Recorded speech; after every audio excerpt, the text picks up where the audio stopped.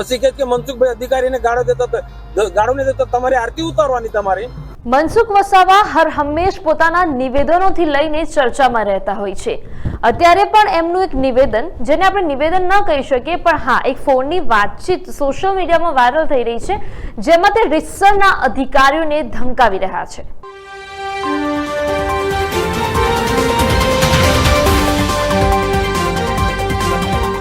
અત્યારે ભારતીય જનતા પાર્ટીના જેટલા પણ મંત્રીઓ છે, એમએલએ છે, અધિકારી છે, પદાધિકારીઓ છે, એ દરેક પૂરગ્રસ્ત વિસ્તારોની સમીક્ષા કરી રહ્યા છે। હવે પૂરગ્રસ્ત વિસ્તારો કેમ કહું છું, કારણ કે પાછળના ઘણા દિવસોથી આપણા ગુજરાતમાં સાંબેલાધાર વરસાદ વરસી રહ્યો છે અને હજી પણ વરસાદ વરસવાની શક્યતાઓ છે, પણ જેટલા પણ જગતનો તાત જેને આપણે ખેડૂત તરીકે ઓળખીએ છીએ, ખેડૂતના ખેતરોમાં મસમોટું નુકસાન થયું છે, એને પણ જાણે આબ ફાટી પડ્યું એવી પરિસ્થિતિનો સામનો કર્યો છે। જ્યારે વાવાઝોડું આવ્યું હતું, પવન ફૂંકાતા હતા, સાબેલાધાર વરસાદ હતો, એટલે જગતનો તાત પણ ક્યાંક ને ક્યાંક પરેશાન હેરાન થયો જ છે।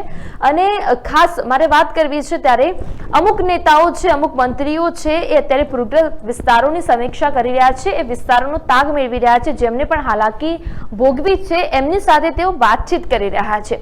સૌપ્રથમ આની શરૂઆત કરી હતી ચેતર વસાવાએ, એટલે ચેતર વસાવાએ પૂરગ્રસ્ત વિસ્તારો, જે ક્ષતિગ્રસ્ત વિસ્તારો છે, એમની મુલાકાત લેવાની શરૂઆત કરી। એટલે મનસુખ વસાવાને લાગ્યું કે ભાઈ હવે ચેતર વસાવા કરે છે એટલે આપણે પાછા કેમ રહીએ, એટલે એમને એવું લાગ્યું કે ચેતર વસાવા તું આગે बढ़, मैं तेरे पीछे पीछे हूँ। એટલે એમને પણ શરૂઆત કરી, મનસુખ વસાવાએ પણ શરૂઆત કરી કે ચલો એ પણ જે ક્ષતિગ્રસ્ત વિસ્તારો છે, પૂરગ્રસ્ત વિસ્તારો છે, તેની સમીક્ષા કરવા પહોંચ્યા। સમીક્ષા કરવા પહોંચ્યામાં ખાસ આપણે અમુક મંત્રીઓની વાત કરીએ તો પ્રફુલભાઈ પાનસેરિયા, મનસુખ વસાવા અને ચેતર વસાવાએ પૂરગ્રસ્ત વિસ્તારોમાં જેટલા પણ લોકો છે એમની સાથે વાતચીત કરી।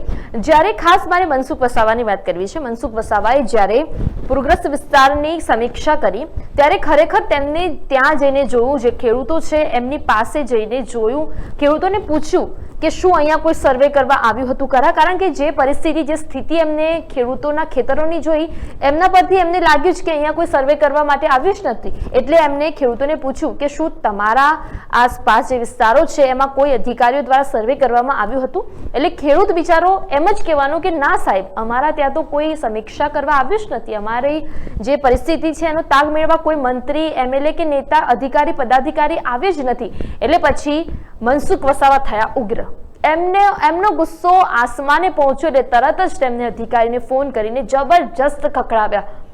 મનસુખ વસાવાએ આ જે ફોન કરીને ખખડાવ્યા તેમાં મનસુખ વસાવાએ પહેલા તો અધિકારીને એવું કહ્યું કે શું તમે આ વિસ્તારમાં સમીક્ષા કરવા માટે આવ્યા હતા, આ વિસ્તારમાં શું તમે સર્વે કરવા આવ્યા હતા?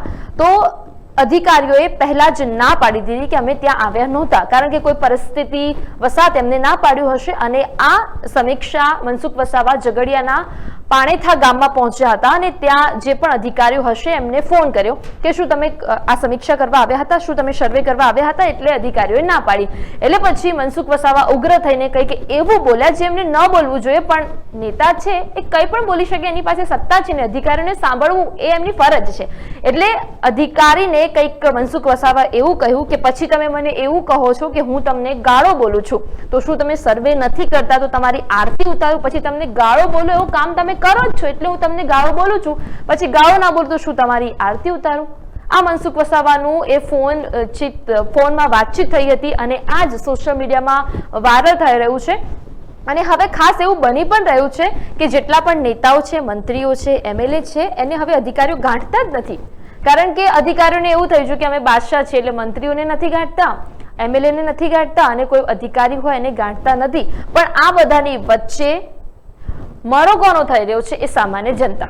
સામાન્ય જનતામાં વાત અધિકારી સર્વે કરવા ના આવ્યો, પછી સમીક્ષા કરી, એ પણ ચેતર વસાવાના વાદે આપણે મનસુખ વસાવાએ પણ સમીક્ષા કરી, પણ થયું શું?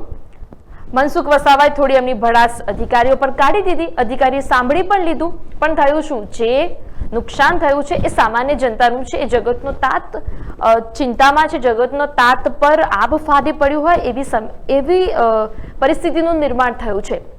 એટલે આ મનસુખ વસાવાનું નિવેદન ન કહી શકે, પણ ફોનમાં અધિકારી સાથે થયેલી વાતચીત સામે આવી છે। એ અધિકારી સાથે શું વાતચીત થઈ છે ચાલો સાંભળીએ। નમસ્કાર, હવે આ ઇન્દોર પાણીથી આવ્યો છું, તો ખેડૂતોનો ઉભા ખેડૂત વજનવાળી હતી, આપવાનો હતો, ખેડૂતો ના પડી ગઈ, તો હજુ કોઈ સુધી સર્વે વાળું કોઈ આવ્યું જ નથી. હા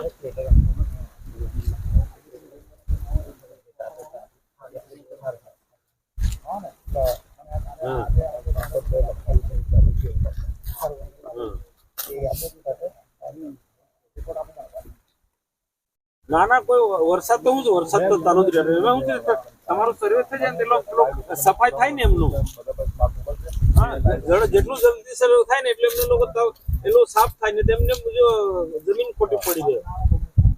4 દિવસ તો બિલકુલ કોરું હતું.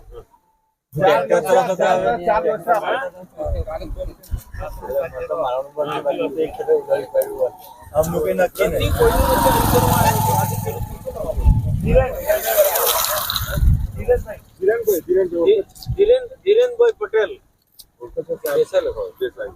ધીરેનભાઈ દેસાઈ, એના ખેતર પાસે જ ઉભો છું. ગામમાં બી નથી, ખેતર પાસે જ ઉભો છું. કોઈ આવ્યું નથી એના પર.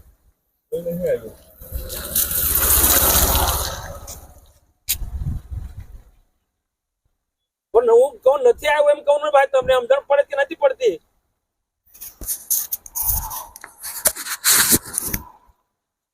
તો આમનું અરજી નથી લે ભાઈ, અરજી પણ હવે તો ફોટા મોકલવાના તમે ઓફિસ ની બહાર નીકળો જરા.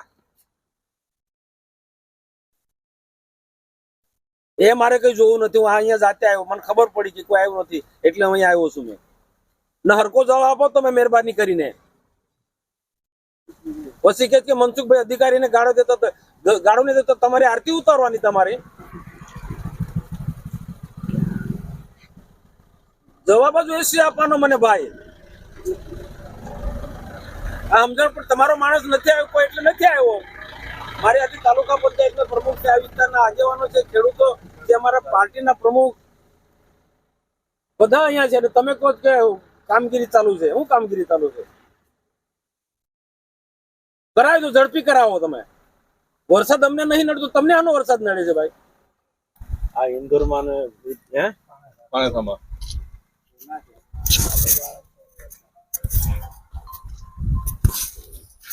નથી, અહીંયા કોઈ નથી. હું જસ્ટ સ્થળ પર આવ્યો છું.